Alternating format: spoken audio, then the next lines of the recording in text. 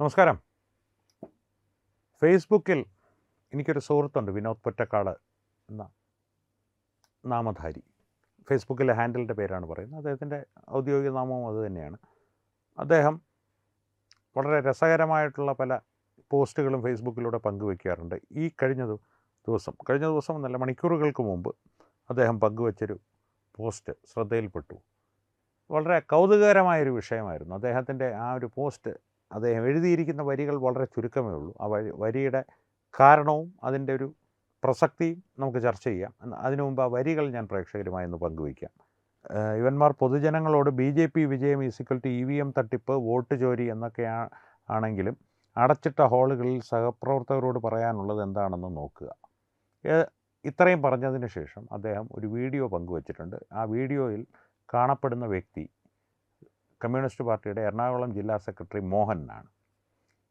ശ്രീ മോഹനൻ പറയുന്ന അദ്ദേഹത്തിൻ്റെ വാക്കുകൾ ഓഡിയോ ക്ലിപ്പായി പ്രേക്ഷകരുമായി ഞാൻ പങ്കുവയ്ക്കാം. അതിനു മുൻപ് വീഡിയോ പങ്കുവയ്ക്കാൻ നിവൃത്തിയില്ല, കാരണം അതിനൊരു ലോഗോയും ആൾക്കാർക്ക് കോപ്പിറൈറ്റും ഉള്ളതുകൊണ്ട് ഓഡിയോ നമുക്ക് ലഭ്യമായിട്ടുണ്ട് മറ്റൊരു തരത്തിൽ. അത് പങ്കുവയ്ക്കാം. വീഡിയോയും ഉണ്ട്, പക്ഷേ അത് പങ്കുവയ്ക്കുന്നില്ല. ശ്രീ മോഹനൻ പറയുന്നത് വളരെ ലളിതമായൊരു കാര്യമാണ്. കാരണം BJPയുടെയും RSSൻ്റെയും ഒരു വളർച്ചയ്ക്ക് കാരണമെന്നുള്ളത് ഈ മഹാകുംഭമേള, ഇപ്പോൾ കേരളത്തിൻ്റെ മഹാകുംഭമേള തിരുനാവായിൽ നടന്നു. ആ കുംഭമേള നടത്തിയ സ്വാമി ആനന്ദവനം പറഞ്ഞ ഒരു കാര്യങ്ങൾ മാത്രം ഒന്ന് നോക്കിയാൽ മതി, ഇവരുടെ വളർച്ചയുടെ കാരണം വ്യക്തമാകുമെന്നുള്ള രീതിയിലാണ് അദ്ദേഹം പറയുന്നത്. ആ വീഡിയോ കാണാൻ സാധിക്കില്ലെങ്കിൽ ഓഡിയോ എങ്കിലും പ്രേക്ഷകരൊന്ന് കേൾക്കുക. ഓഡിയോയിലേക്ക് പോകാം. നിങ്ങൾക്കറിയാം, ഇപ്പൊ നമ്മുടെ ഈ അടുത്ത അയാൾ പ്രശസ്തനായി തുടങ്ങിയപ്പോഴും സ്വാമി ആനന്ദവനം എന്നാണ് പേര്. ആ സ്വാമി ആനന്ദവനം എന്ന് പറഞ്ഞ ആളുടെ ഇന്റർവ്യൂ ഇന്ത്യൻ എക്സ്പ്രസ് പ്രസിദ്ധീകരിച്ചു. അത് എന്താണെന്നറിയോ? ഈ തിരുനാവായിൽ, ഇപ്പൊ തിരുനാവായി അറിയപ്പെടുന്നത് ഏറ്റവും കൂടുതൽ ആ പെൺകുട്ടിയുടെ വൈറലായിട്ടുള്ള ആ പെൺകുട്ടിയുടെ കേസും അവളുടെ കല്യാണവും അവളുടെ ഭർത്താവിന്റെ കാര്യവും അവന് ജാമ്യം നിഷേധിച്ച വാർത്ത വേറെ പ്രശ്നം അവിടെയുണ്ട്. തിരുനാവായിൽ സംഘടിപ്പിച്ച മഹാമഹം നടത്തിയത് ഈ ആനന്ദവനം സ്വാമികളാണ്. ആ സ്വാമിയുടെ ഇന്റർവ്യൂ ഇന്ത്യൻ എക്സ്പ്രസ് കൊടുത്തു. സ്വാമി എന്താ പറയുന്നറിയോ? അപ്പൊ എങ്ങനെ ഞങ്ങൾ ഇപ്പൊ നടത്തിയതിൽ 10,000 ആൾക്കാർ പങ്കെടുത്തു. പക്ഷെ ഇനി ഞങ്ങൾ നടത്താൻ പോണത് 2028-ലാണ്. 29-ലാണ് ലോക്സഭ ഇലക്ഷൻ, 28-ലാണ്. അതിൽ ലക്ഷക്കണക്കിന് ആൾക്കാർ പങ്കെടുക്കും എന്നെല്ലാം പറഞ്ഞ കൂട്ടത്തിൽ അദ്ദേഹം ചോദിച്ചു, ഇത് ആരാ സംഘടിപ്പിക്കുന്നത്? അപ്പൊ അദ്ദേഹം പറഞ്ഞു, ഇത് ഞങ്ങൾ അഗാഢകളാണ് സംഘടിപ്പിച്ചത്, സന്യാസിമാരുടെ സംഘം. സന്യാസിമാരെന്ന് വെച്ചാൽ നിങ്ങൾ വെച്ചാൽ വെറുതെ കാഷായ വസ്ത്രം ധരിച്ചാൽ ആൾക്കാരല്ല, അവര് വോറിയേഴ്സാ, അവർ യോദ്ധാക്കളാ. അവര് നല്ല അഭ്യാസമുള്ള പഴയ ആനന്ദവടൻ നോവലിന്റെ അകത്ത് കാണുന്ന സന്യാസിമാർ. ഞാനിത് അത് വിശദീകരിക്കാൻ പോകുന്നില്ല. അപ്പൊ അങ്ങനെയുള്ള ഈ ആനന്ദമഠം ആ സന്യാസിമാരുടെ സംഘമാണ്. എന്നിട്ട് അദ്ദേഹം പറഞ്ഞു വന്ന കാര്യം അത് ഞെട്ടിപ്പിക്കുന്നത് എന്താണെന്നറിയോ? ഇന്ത്യയിലെ 13 അഗാഢകളുണ്ട്. ആ 13 അഗാഢകളിൽ ആകെയുള്ള സന്യാസിമാരുടെ, യോദ്ധാക്കളായ സന്യാസിമാരുടെ എണ്ണം 63 ലക്ഷം. എന്തിനു പോകുന്ന ആൾക്കാർ? ആ 63 ലക്ഷം വരുന്ന ആൾക്കാരെ കുറിച്ച് പറഞ്ഞതിന് പുള്ളി പറയാണ്, ഇന്ത്യയിലെ സായുധ സേനയെക്കാളും പല ഇരട്ടിയുള്ളതാണെന്നർത്ഥം. പട്ടാളത്തിന്റെ ആകെ 18 ലക്ഷമേ ഉള്ളൂ പട്ടാളം ആകെ. അതിൽ എത്ര ഇരട്ടിയ? ഒന്ന് ആലോചിച്ച് നോക്കണം. ഈ സംഘടന അപ്പൊ നിങ്ങൾ എങ്ങനെയാണ് ബംഗാളിലെ ഭരണം പിടിച്ചത്? ബംഗാളിലെ ഭരണം പിടിച്ചതും BJPക്ക് എത്തിയുള്ള നേതാക്കന്മാരും നല്ലൊരു പങ്ക് വരുന്ന ആൾക്കാരെന്ന് പറഞ്ഞത് എല്ലാം കോൺഗ്രസ് നേതാക്കന്മാരുന്ന ആൾക്കാരാണ്. അവരെല്ലാം കേസിൽപ്പെടുത്തിയിട്ടാണ്. അപ്പൊ ഞാൻ സൂചിപ്പിച്ചത് വെച്ചാൽ ഈ സ്വാമിമാരുടെ സംഘം അവര് ക്ഷമാപൂർവ്വം നടത്തിയിട്ടുള്ള വലിയ പ്രവർത്തനങ്ങളാണ് ബംഗാളിലെ ഭരണം മാറ്റിയത്, എല്ലായിടത്തും മാറ്റിക്കൊണ്ടിരിക്കുന്നത്. ഇപ്പോൾ ഓഡിയോ കേട്ടല്ലോ. ഇതാണ് അടച്ചിട്ട മുറികളിൽ ഇവർ അവരുടെ സഖാക്കളോട് പറയുന്നത്. കാരണം അവർക്ക് കൃത്യമായിട്ടറിയാം ഒരു ഹിന്ദു ഐക്യമെന്നുള്ളത് ഏതൊക്കെ തരത്തിൽ അവർക്കെതിരെ പ്രവർത്തിക്കും. എന്തുകൊണ്ടാണ് ഹിന്ദു ഐക്യം അവർക്കെതിരെ പ്രവർത്തിക്കുന്നത്? അടിസ്ഥാനപരമായിട്ട് ഹിന്ദുവിൻ്റെ ഐക്യമെന്നുള്ളത് രാഷ്ട്രത്തിന് വേണ്ടിയും സംസ്കാരത്തിന് വേണ്ടിയുമുള്ളതാണ്. കമ്മ്യൂണിസ്റ്റ് പാർട്ടിക്കാരും ജിഹാദികളും കൃത്യമായി പ്രവർത്തിക്കുന്നത് രാഷ്ട്രത്തിനെതിരെയും സംസ്കാരത്തിനെതിരെയും ഒരു നിരന്തരമായി നിലകൊള്ളുന്ന ഒരു ധർമ്മത്തിനെതിരെയുമാണ്. കാരണം ഇത്തരത്തിലുള്ള ആളുകൾക്ക് സഹിക്കാൻ പറ്റാത്തതൊന്നേ ഉള്ളൂ, അവർ പ്രചരിപ്പിക്കുന്ന വികലമായ ആശയങ്ങളെ എതിർത്ത് കാലാകാലങ്ങളായി നിലനിൽക്കുന്ന എന്തിനേയും അവർക്ക് ഭയമാണ്, വെറുപ്പാണ്. ആ വെറുപ്പും ഭയവുമാണ് സനാതനധർമ്മത്തോട് അവർക്കുള്ളത്, സനാതനധർമ്മത്തിൻ്റെ ഭാഗമായ ഹിന്ദുമതത്തോടും അവർക്കുള്ളത്.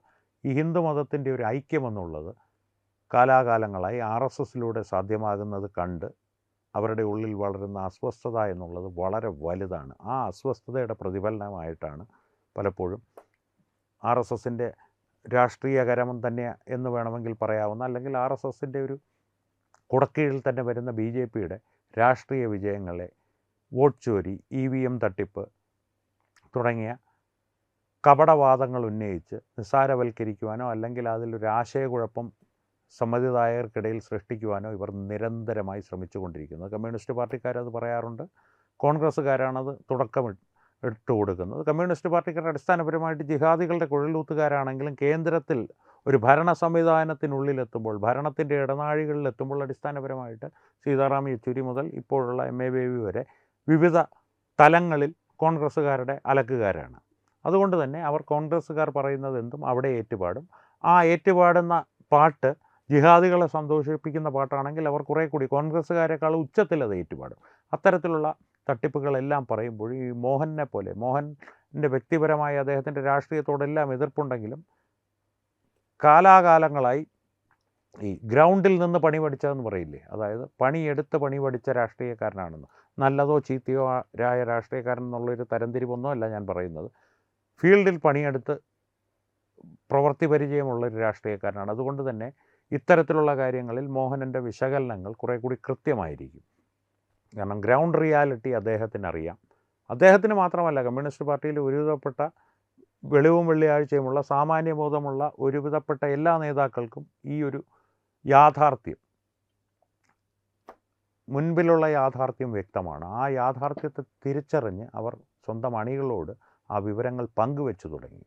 ഇത് എന്തിനാണ് അവർ അത്തരത്തിലുള്ളൊരു വിവരം പങ്കുവയ്ക്കുന്നത്? ആ ഓഡിയോയിൽ പ്രേക്ഷകർ കേട്ടിട്ടുണ്ട്. അദ്ദേഹം എടുത്തു പറയുന്നത് ഇനി അടുത്ത കേരള കുംഭമേളയെ സംബന്ധിച്ചാണ്, ലക്ഷങ്ങൾ പങ്കെടുക്കുമെന്നുള്ളതാണ്. ഇത്തരത്തിലുള്ള ഈ 13 അഖാഡകളിൽ 65 ലക്ഷം ആയുധധാരികളായിട്ടുള്ള പോരാളികളായിട്ടുള്ള സന്യാസിമാരുണ്ട്. ഈ കണക്കുകളെല്ലാം അദ്ദേഹം പറയുന്നത് അവരിവിടെ വരുമ്പോൾ അടുത്ത കുംഭമേള പോലുള്ള സമ്മേളനങ്ങൾ, ഹിന്ദുവിൻ്റെ ആഘോഷങ്ങൾ തടയുവാനുള്ള സജ്ജീകരണം നാം ചെയ്തിരിക്കണം, അല്ലെങ്കിൽ നമ്മുടെ ജിഹാദി സഹോദരങ്ങൾക്ക് നാം ചെയ്തു കൊടുത്തിരിക്കണം എന്നാണ് അദ്ദേഹം പറയാതെ പറയുന്നതിൻ്റെ ഒരു ആന്തരികാർത്ഥം, അല്ലെങ്കിൽ പറയാതെ പറയുന്നത്. അപ്പോൾ ചോദിക്കുക, അത് എനിക്കെങ്ങനെ മനസ്സിലായി? അടിസ്ഥാനപരമായിട്ട് അല്ലെങ്കിൽ BJPയെ അവിടെ പുകഴ്ത്തേണ്ട കാര്യമൊന്നുമില്ല അദ്ദേഹത്തിന്. കാരണം ഈ അഖാഡകളെ സംബന്ധിച്ച് ഏതെങ്കിലും ഒരു തരത്തിലുള്ള പ്രതിക്രിയകൾ, അല്ലെങ്കിൽ രാഷ്ട്രീയപരമായിട്ടുള്ള പ്രതിക്രിയകൾ, തിരഞ്ഞെടുപ്പിനെ ഉന്നം വെച്ചുകൊണ്ടുള്ള പ്രതിക്രിയകൾ ചെയ്യുവാൻ CPIMന് സാധിക്കില്ല എന്ന് മോഹനും അറിയാം, അവിടെ കേട്ടുകൊണ്ടിരിക്കുന്ന ശ്രോതാക്കൾക്കും അറിയാം, കമ്മ്യൂണിസ്റ്റുകാരായ ശ്രോതാക്കൾക്കും അറിയാം, പിണറായി വിജയനും അറിയാം, MA ബേബിക്കും അറിയാം, EMSന് വരെ അറിയാമായിരുന്നു.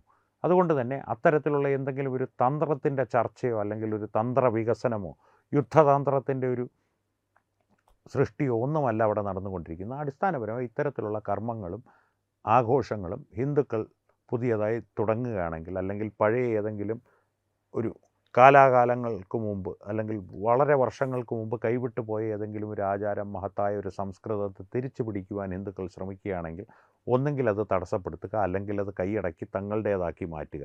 ശബരിമല ഉൾപ്പെടെയുള്ള മഹാക്ഷേത്രങ്ങൾ ചെയ്തതുപോലെ ആ ക്ഷേത്രങ്ങളിൽ ഇത്തരത്തിലുള്ള അവരുടെ സ്വാധീനം പൂർണ്ണമായി ഉറപ്പിച്ചതിന് ശേഷം എന്ത് ചെയ്തു എന്നുള്ളത് നാം കണ്ടതാണ്.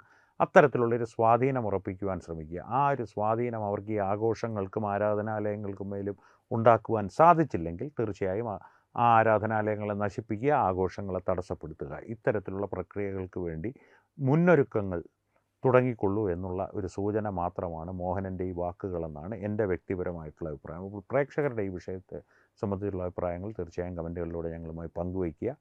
ഒപ്പം വീഡിയോ ലൈക്ക് ചെയ്യുക, നിങ്ങളുടെ പ്രിയപ്പെട്ടവരുമായി ഷെയർ ചെയ്യുക. ഏറ്റവും പ്രധാനപ്പെട്ട കാര്യം, തത്വമയി ന്യൂസിൻ്റെ ഈ വീഡിയോ നിങ്ങൾക്ക് ഇഷ്ടപ്പെട്ടുവെങ്കിൽ തത്വമയി ന്യൂസിൻ്റെ യൂട്യൂബ് ചാനൽ നിങ്ങൾ സബ്സ്ക്രൈബ് ചെയ്തിട്ടുണ്ടെന്ന് ഉറപ്പുവരുത്തുക. അപ്പോൾ സംവാദങ്ങൾ തുടരട്ടെ. വീണ്ടും കാണാം. നന്ദി, നമസ്കാരം. HIV അണുബാധ സന്തോഷപൂർണമായ ഒരു ജീവിതത്തിന് തടസ്സമല്ല. HIV അണുബാധയ്ക്ക് ഫലപ്രദമായ ചികിത്സ ഇന്ന് ലഭ്യമാണ്. ഇതിന് യഥാസമയം അണുബാധ കണ്ടെത്തുന്നതും കാലേക്കൂട്ടി ചികിത്സ നടത്തേണ്ടതും അത്യാവശ്യമാണ്. സൗജന്യമായ ചികിത്സയും മാർഗനിർദ്ദേശങ്ങളും സർക്കാർ ആശുപത്രികളിലെ ART അഥവാ ഉഷസ് കേന്ദ്രങ്ങളിൽ ലഭ്യമാണ്. ആരോഗ്യ സംരക്ഷണം ഓരോരുത്തരുടെയും ഉത്തരവാദിത്തമാണ്.